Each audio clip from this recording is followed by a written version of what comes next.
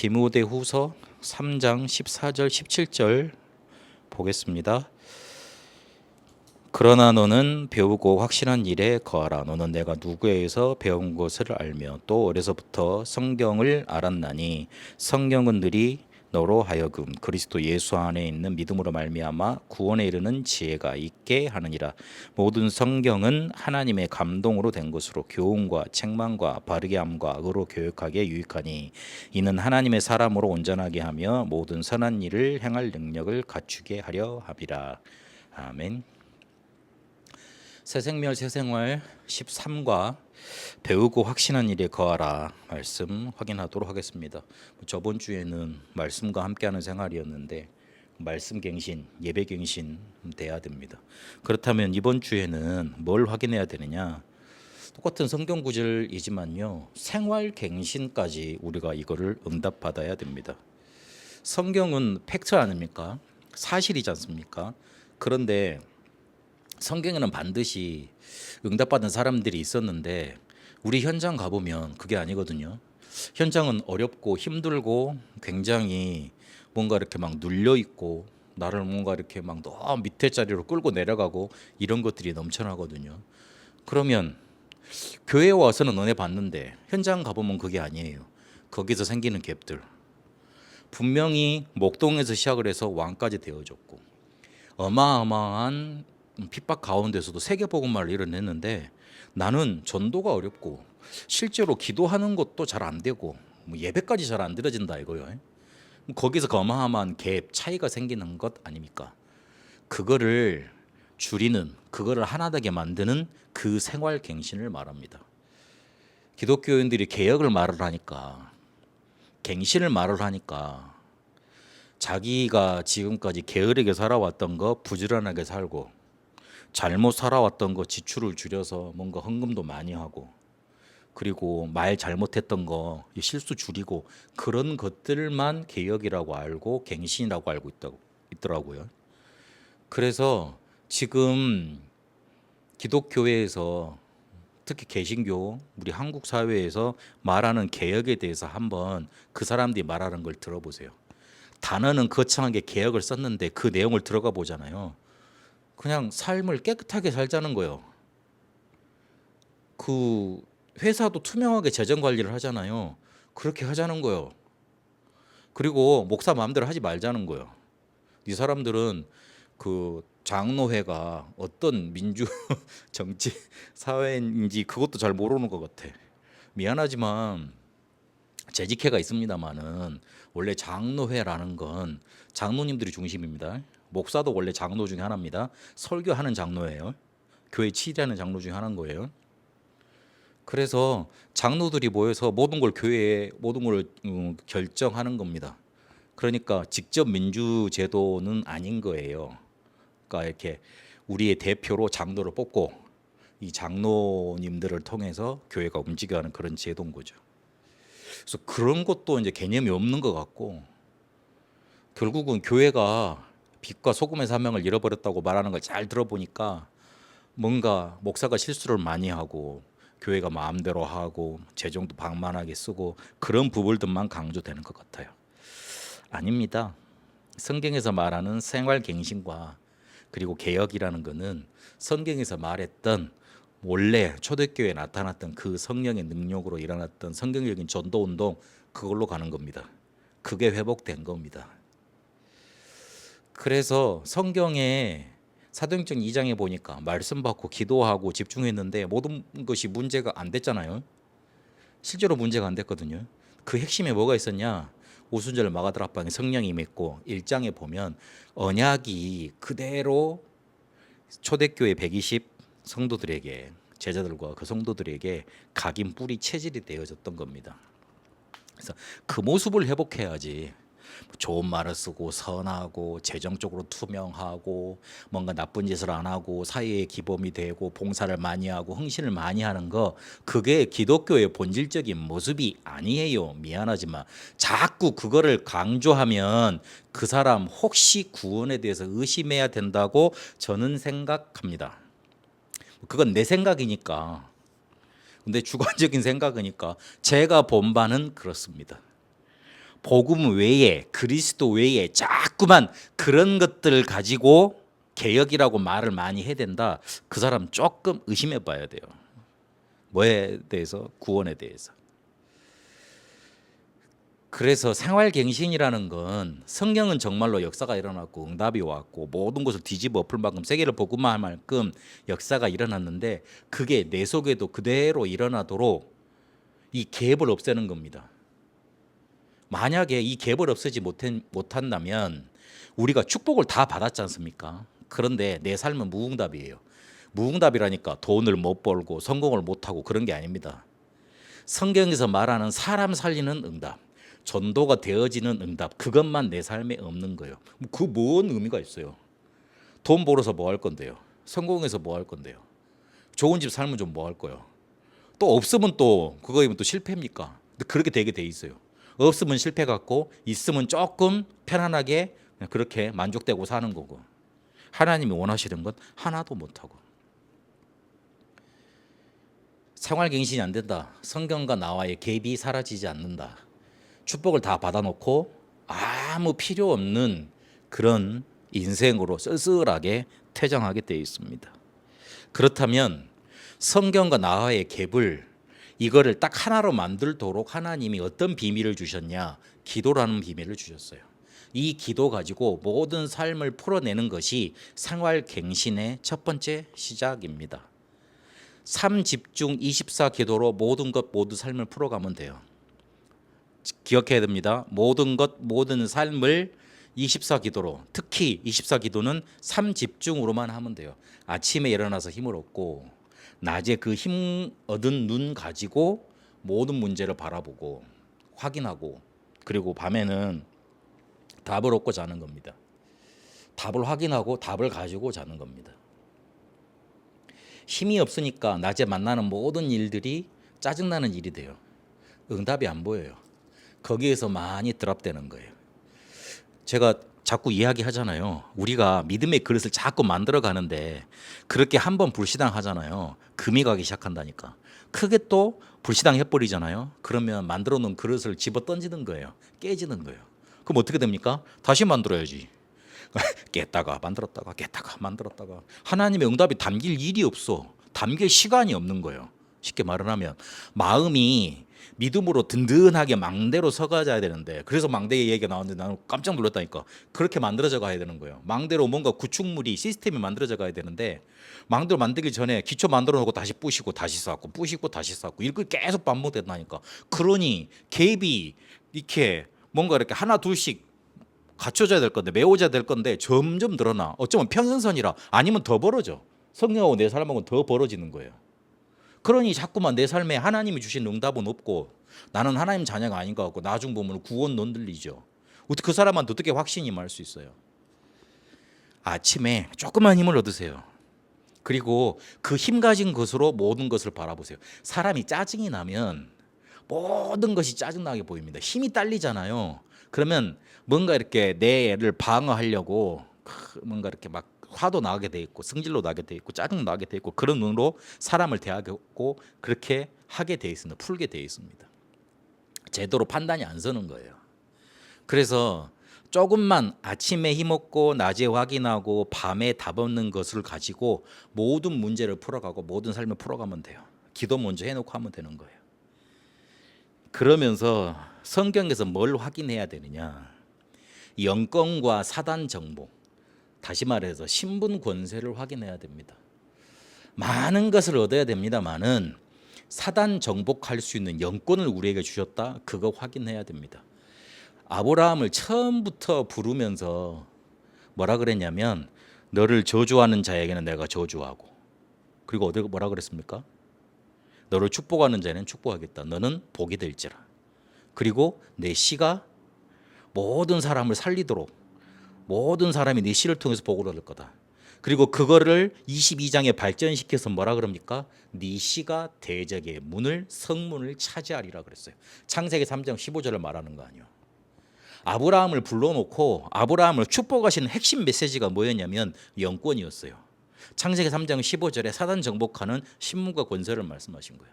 예수님이 제자들을 불러놓고 처음 하신 말이 뭐였죠? 마가복음 3장에 13절 14절에 내가 너희와 함께 하기 위해서 너희를 불렀다. 그리고 뭐라 그랬습니까? 15절에 귀신을 내쫓는 권세도 주려 하렵니다. 예수님의 말입니다. 예수님 누구십니까? 하나님 아닙니까? 근데 그 하나님이 가장 제자들을 불러 모아놓고 가장 중요한 말을 남기셨을 거 아니에요. 마가복음은 다른 사복음서하고 다릅니다. 그 다른 사복음서의 원형이 되는 기본이 되는 베이스 되는 그런 복음입니다. 그래서 가장 중요한 부분만 골라서 놨습니다. 근데 예수님이 제자들을 불러서 가장 중요한 걸 뭘 말씀하셨냐? 너희와 함께 하기 위해 불렀다. 그 다음에 뭐요? 귀신을 내쫓는 권세도 주려 함이라 그랬습니다. 예수님이 귀신 얘기를 했어요. 그만큼 세상 사람들이 불신자가 귀신한테 잡혀 있다는 겁니다. 이거는 불신자가 더 잘하는 것 같아.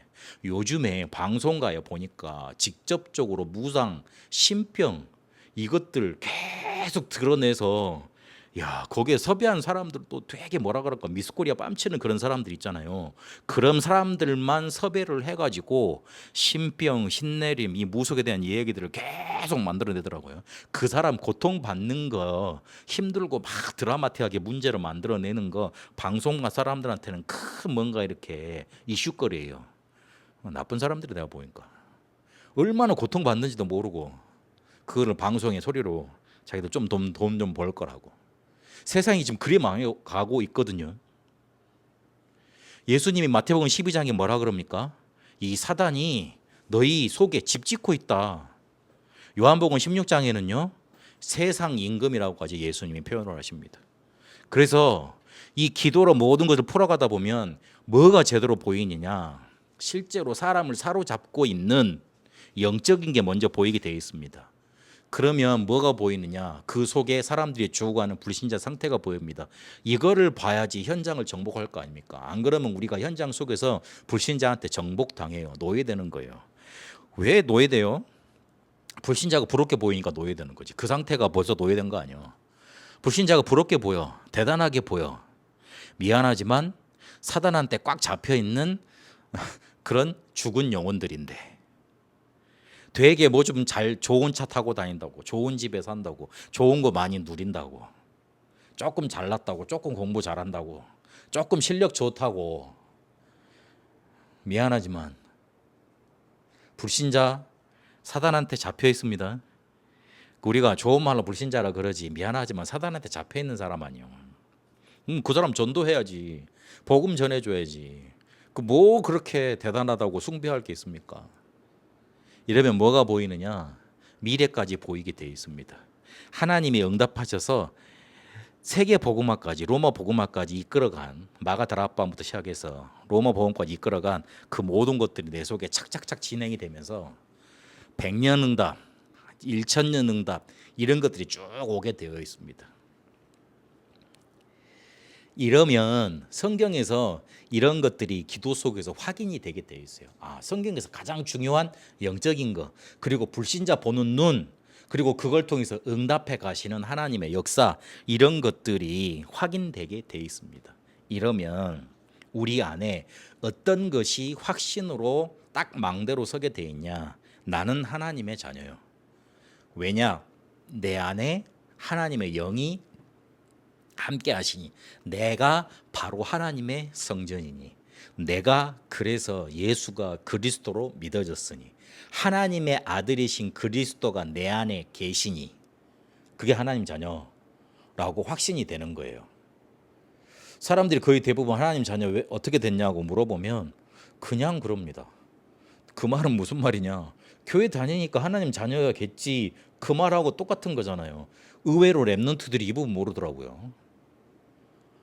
아니 수백 번을 말했을 건데 예수를 그리스도로 믿어야지 하나님 자녀 된다고 수천 번을 들었을 건데 그랬을 건데 요게 딱 마음속에 안 와닿는가 봐. 그 말은 무슨 말이냐? 자기 문제가 단 한 번도 창세기 3장이라고 생각되어 본 적이 없는 거예요. 그러니 그리스도가 자기 문제의 답이 아니지. 될 수가 없지. 자기 문제가 단 한 번만큼이라도 창세기 3장이라고 보였다면 나한테 그리스도가 필요하다는 게 분명히 붙잡혀졌을 거예요. 내가 뭔가 시달리기 때문에, 뭔가 막 영적으로 눌리기 때문에, 문제가 많이 있기 때문에 그래서 그리스도가 필요하다?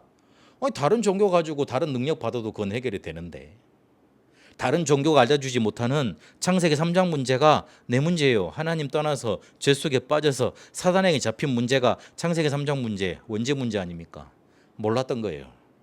근데 그거 그리스도께서 해결하셨잖아요. 아, 내 문제가 그리스도 만나지 못해서, 그리스도 없어서, 복음 없어서 하나님 떠나서 죄 속에 빠져 사단에게 잡힌 문제구나. 그래서 나는 절대 불가능이었구나. 그리스도께서 모든 문제 해결하셨구나. 그 그리스도 내가 믿어졌구나. 바로 성령님이 내 안에 계신 거구나. 그 말이에요. 반대 얘기를 해볼게요. 귀신 보인다 그러더라고요. 사람들이. 귀신이 눈에 보인대요. 그 말은 무슨 말인 줄 압니까? 귀신 그 안에 들어가서 충만하게 그 사람을 잡고 있는 거예요. 어떻게 영적인 존재가 육신의 눈으로 보입니까? 들려있으니까 보이지. 어떻게 우리가 예수가 그리스도로 믿어집니까? 내 안에 성령 와 계시니까 그게 믿어지지.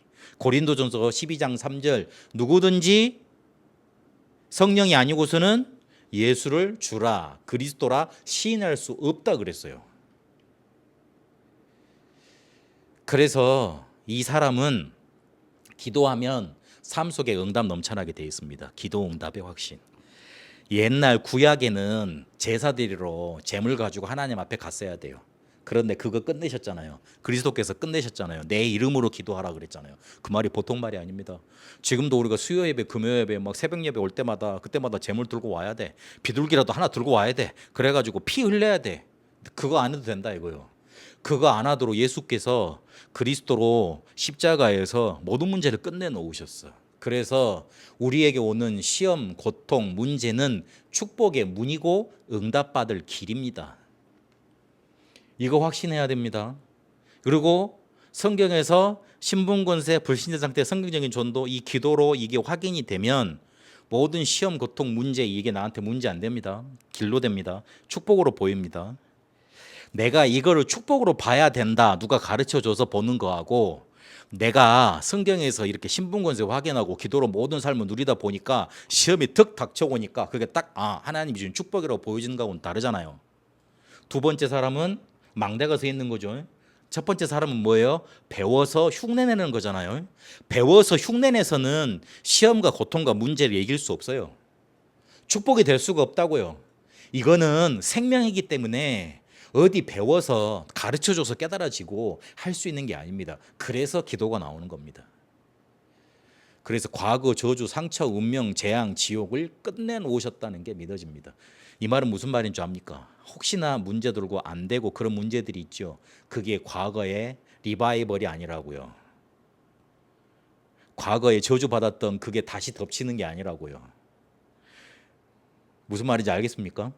시험이 오고 고통이 오고 문제가 오는 거 그런 것들이 축복의 문일 뿐더러 옛날 내가 받았던 불신자 하나님 몰랐을 때 당했던 것들이 다시 반복되는 게 아니요. 끝난 거예요. 비록 내가 실수했어도 마찬가지입니다. 그래서 어디까지 인도하시냐? 천국까지 인도하시게 되어 있습니다. 요 눈으로 성경을 다시 봐야 됩니다. 요 눈 가지면 내 속에 막 삶의 응답 오고 하나님의 역사 일어나고 그러겠죠. 그러면 확실한 일 속에 내가 거하게 되겠죠. 그래서 성경이 하나님의 말씀이라는 게 믿어집니다. 내가 힘이 있고 내가 하나님의 역사 일어나는데 하나님의 말씀 읽으니까 당연히 확인이 되죠. 그리고 내 미래를 인도하시고 영원한 약속 이거 다 이루어지고 가감할 수 없고 인생을 든든히 세우시고 하나님의 뜻을 발견하고 사단을 이기는 무기라는 걸 확신하게 됩니다. 그래서 성경의 내용이 그래 창세기 3장과 그리스도 요 두 가지를 알려주려고 주신 거구나 그거 깨달아집니다. 인생이 왜 실패하느냐 창세기 3장 어떻게 해결받느냐 창세기 3장 15절 그리스도 그 두 가지로 다 끝납니다. 간단하게 들어가야 됩니다. 여러분 와 있는 저주 재앙의 문제라고 혹시 생각이 됩니까? 간단하게 그 해석을 해야 됩니다. 창세기 3장 문제가 내 속에서 터졌으며 내 집안에 발견됐으며 내 삶 속에 임했으며 그 해결책은 오직 그리스도밖에 없습니다. 오직 그리스도로 오신 분이 누구십니까? 예수 아닙니까? 그래서 예수 믿는 거 아닙니까? 이사야 7장 14절에 예언하셨고 마태복음 1장 21절에 임마누엘로 우리에게 오셨습니다. 그래서 그 이름 붙잡고 기도하면 성령께서 우리 안에 거하시고 죄와 사망의 법에서 우리를 해방시켜서 우리 인도하시는 겁니다. 우리의 문제가 뭔지, 해결책이 뭔지, 그래서 우리를 어떤 축복을 주셨는지, 이게 성경의 주제예요. 그래서 성경을 왜 배워야 되느냐? 요한복음 6장 31절에 예수가 하나님의 아들이시고 그리스도임을 믿어 영생, 생명 얻게 하려고. 로마서 15장 4절에 말세에 본보기로 줬다 그랬죠. 고린도전서 10장 11절에도 본보기로 줬다, 깨우치게 하기 위해서 줬다 그랬습니다. 로마서 15장 4절에 보니까 소망을 주기 위해서 그렇게 우리에게 주셨다 그랬습니다. 깨우치고 소망을 주기 위해서요. 그래서 성경 제대로 알고 있으면 우리에게 그런 응답이 되는 겁니다. 그러면 성경을 어떻게 깨닫냐? 마음으로 깨달으면 됩니다. 그러니까 마음으로 믿으면 되는 거예요. 신앙이 자소로 신학적으로 마음 그러거든요. 그래서 믿으면 되는 겁니다. 이게 하나님의 말씀이라고 조금만 인정하고 믿으면 우리에게 말씀의 역사가 일어나게 되어 있습니다. 다시 한번 기억하셔야 됩니다. 현실과 문제 속에 속아버리면 축복만 놓치게 되고 사람 살리는 성경적인 전도 응답은 못 받게 되어 있습니다. 쉽게 생각을 하세요. 그릇 만들어 놨는데 불신앙하면요, 그렇게 내가 깨트려 버리는 거예요. 내가 발로 차 버리는 거예요. 그걸 깨지는 거예요. 그럼 다시 만들어야지. 그 방법 계속 하고 있으니 하나님은 축복을 부어주려고 계속 쏟아붓고 있는데 오는 것 같아, 임한 것 같아. 근데 정작 내 건 안 돼. 내게 안 되니까 뭐 하죠? 어디다 빌려서 갖고 와야 돼.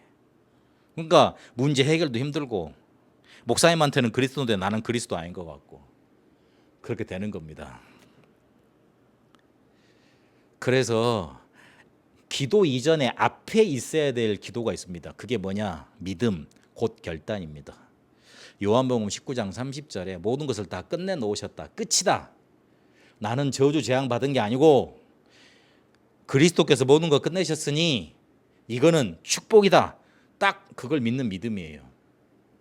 이 믿음 무시할 수 없습니다. 이거 엄청난 겁니다. 이게 흑암 세력이 딱 여러분한테 갔다 와더라도 이게 믿음 있잖아요. 도망갑니다. 근데 흑암 세력이 덤비러 왔다가 보니까 얘가 완전 그릇도 깨어져 있고 현실 문제 판판 잘 쏟고 그다음에 믿음도 없거든. 그러니까 얘는 조금만 건드리면은 완전히 내 제자 되겠는데, 그래가지고 막 갖다 주는 거예요. 속지 마세요. 절대 현실에 문제 많더라도 속지 마세요. 끝내 놓으셨으니까. 그리고 어디 특별하게 그 성경에 있는 거를 내 삶 속에 체험하려고 그러지 말고 삶을 가지고 조금만 집중해서 기도하세요. 아침과 낮과 밤이면 돼요. 우리 아침에 그 777 기도회 계속 하지 않습니까? 그리고 낮에는 정오 묵상으로 말씀의 흐름을 묵상합니다. 성경 구절만 여러분한테 던져드립니다. 그러면 그거 보고 또 하나님의 말씀으로 또 그리스도를 이렇게 나타내시구나 확인하시고, 밤에는 교회 기도 제목 그리고 집중해서 기도해야 될 제목들이 있습니다. 그거 붙잡고 기도하는 겁니다. 그 3번만 해도 됩니다. 여러분 자녀 위해서 기도 안 해도 돼요. 안 하면 됩니까? 안 해도 됩니다. 777만 계속 기도하세요. 그러면 여러분한테 힘 생기잖아요. 어느 순간은 풀려지게 돼 있어요. 물론 그 기도는 해야 되죠. 자녀들이 복음 안 받고 있다. 그러면 복음 받도록 전도를 그 사람들이 구원받기 위해서, 우리 자녀들이 구원받기 위해서 기도는 해야 되죠. 그러나 꼭 그것까지도 할 필요 없어요. 그냥 7망대 여정 이종표만 여러분 계속 누리고 여러분 혼자 행복하세요. 그러면 돼요. 주변에서 문제 일으키는 사람이 있습니까? 해결해 달라고 그러고 꺾어달라고 기도하지 마세요. 거기에 내 인생을 뭔가 이렇게 초점 맞추지 말고요. 하나님이 내게 주신 축복에만 초점 맞추세요. 되게 괴롭히는 사람이 있습니까? 그거 뭐 해결해 달라고 열심히 그렇게 하나님께 기도하지 마세요. 괜찮아요. 그 사람이 아무리 그래 본들 나 못 이겨요. 나는 하나님 자녀잖아요. 나에게는 복음이 있잖아요. 나한테 빚 있잖아요. 내가 이겨요. 결국에는. 그러지 마세요. 그거하고 싸우려고 막 열을 끌어내고 옛날에 했던 그 실력 끄집어내지 마세요. 그래서 악해지지 마세요. 악을 이길 수 없습니다. 그래서 성경의 로마서에 보면 선으로 악을 이기라 그렇게 되어 있습니다. 그 말입니다. 이미 이겨놓은 거니까 7망대 여정 이종표만, 그리고 하나님께서 주시는 강단의 말씀 흐름만, 그리고 정말로 내가 집중해야 될 그 세계 복음만 그거 놓고 계속 기도하세요. 응답 오게 돼 있어요. 응답 오면요, 사람들이 나를 보고 알아챕니다. 그리고 내가 응답 받으면 다 풀려지게 돼 있습니다. 생활갱신, 성경이 팩트인데 내 삶과 나와의 갭 없어져야 된다.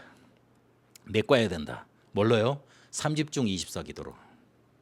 이러면 성경 속에서 모든 것 확인되고 확신되고 그리고 응답받게 되어 있습니다.